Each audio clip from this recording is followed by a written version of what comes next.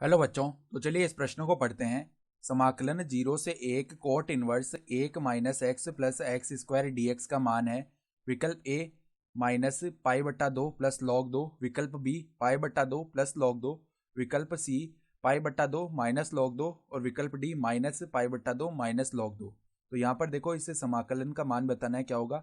तो प्रश्न में आगे बढ़ने से पहले इस प्रश्न से संबंधित जो मुख्य उदाहरण है उसकी हम चर्चा कर लेते हैं। तो देखो मुख्य उदाहरण यहाँ पर देखो, हमें निश्चित समाकलन से संबंधित एक गुणधर्म पता होना चाहिए कि जब भी देखो ऐसे लिखा हुआ होता है हमारे पास में a से b f x d x, इसका समाकलन किसके बराबर आता है?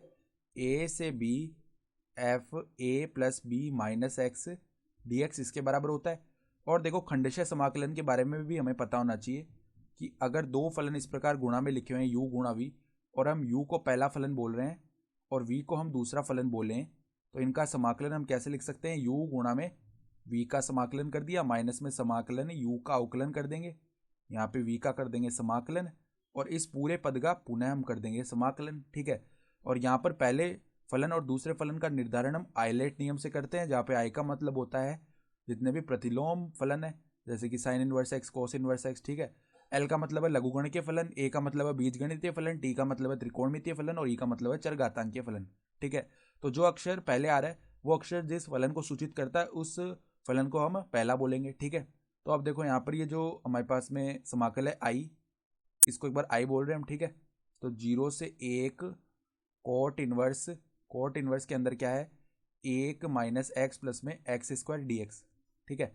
तो कोट इनवर्स को अगर हम टेन इनवर्स में बदलें तो ये जो अंदर लिखा हुआ है 1 minus x plus x square, इसको एक बट्टा में लिखना पड़ेगा, यानी कि 0 से 1 हम ऐसे लिख सकते हैं टेन इनवर्स 1 बट्टा में 1 माइनस, अगर हम x यहाँ से उभयनिष्ठ ले लें, ठीक है, x उभयनिष्ठ ले लिया तो अंदर 1 माइनस एक्स बच जाएगा। ठीक है। और यहाँ पर है dx।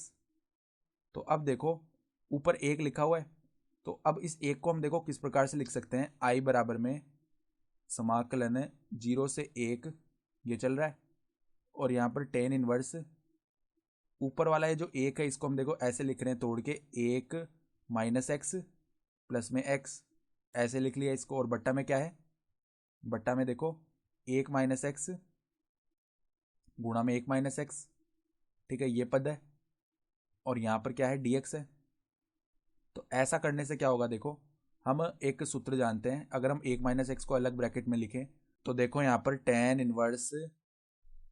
इनवर्स जब भी हमारे पास में ऐसा लिखा हुआ है टेन इनवर्स एक्स प्लस में टेन इनवर्स वाई, तो वो किसके बराबर होता है? Tan inverse x plus y बट्टा में 1 माइनस एक्स वाई, इसके बराबर होता है।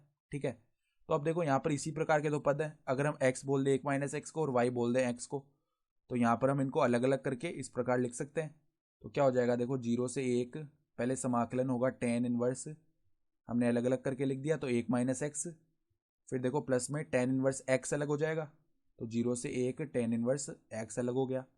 अब यहाँ पर देखो हम जो हमने मुख्य उदाहरण में गुणधर्म लिखा है निश्चित समाकलन का, वो हम पहले वाले समाकल में लगाएं।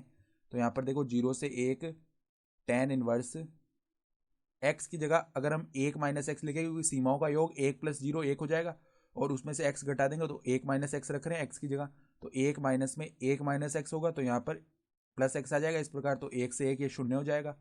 यहाँ पे dx, यहाँ पे dx भी है देखो, फिर प्लस में है ये पद तो dx प्लस, और यहाँ पर भी dx है तो प्लस में देखो यहाँ पर 0 से 1 टेन इनवर्स एक्स dx।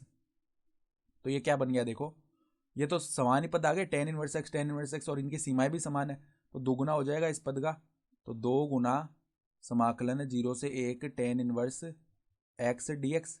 अब टेन इनवर्स एक्स का समाकलन करना है तो इसके गुणा में हम 1 मान लेते हैं। ठीक है। और अब क्या करेंगे? ये खंडशः समाकलन लगाएंगे, तो टेन इनवर्स एक्स को पहला फलन और 1 को हम दूसरा फलन बोल देते हैं। तो आई बराबर में देखो क्या बनता है? आई बराबर में 2 तो गुणा में है ही है और अंदर देखो समाकलन करेंगे तो पहले देखो टेन इनवर्स एक्स ऐसे ही रहेगा और 1 का समाकलन x के सापेक्ष क्या हो जाएगा? x हो जाएगा। तो x टेन इनवर्स एक्स ये बना अंदर और इसमें सीमा लग जाएगी 0 से 1 माइनस में समाकलन टेन इनवर्स एक्स का अवकलन करेंगे तो 1 बट्टा 1 प्लस एक्स स्क्वायर आएगा और 1 का समाकलन ऊपर x आ जाएगा। अब इसका हमें समाकलन करना है पुनः, ठीक है। तो यहाँ पे समाकलन करने के लिए हम क्या करते हैं, ऊपर 2 मान लिया हमने और यहाँ पर 1/2 लिख लिया, तो 2 से 2 वापस विभाजित हो रहा है, ठीक है। और यहाँ पर सीमाएं तो लगा ही लेते हैं हम, 0 से 1 है, ठीक है।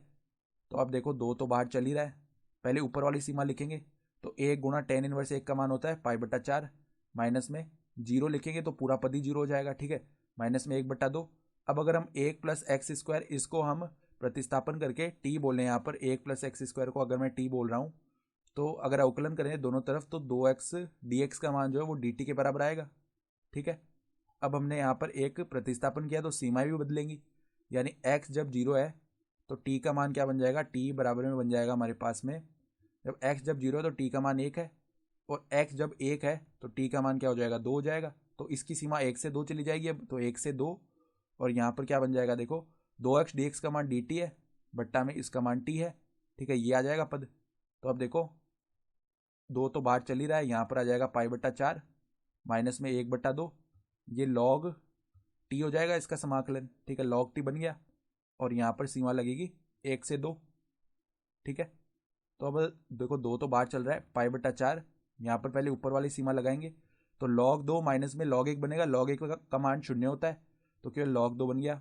तो अब देखो 2 को अंदर गुणा कर लेते हैं, तो π/2 माइनस में 2 से 2 विभाजित हो गया, तो log 2 ये आ गया। तो हमारा उत्तर क्या आ जाएगा, π/2 माइनस में log 2, यानी कि अगर हम देखें तो विकल्प सी जो है वो हमारा सही विकल्प हो गया, ठीक है। तो आशा करता हूँ कि आपको ये प्रश्न समझ में आया होगा। धन्यवाद।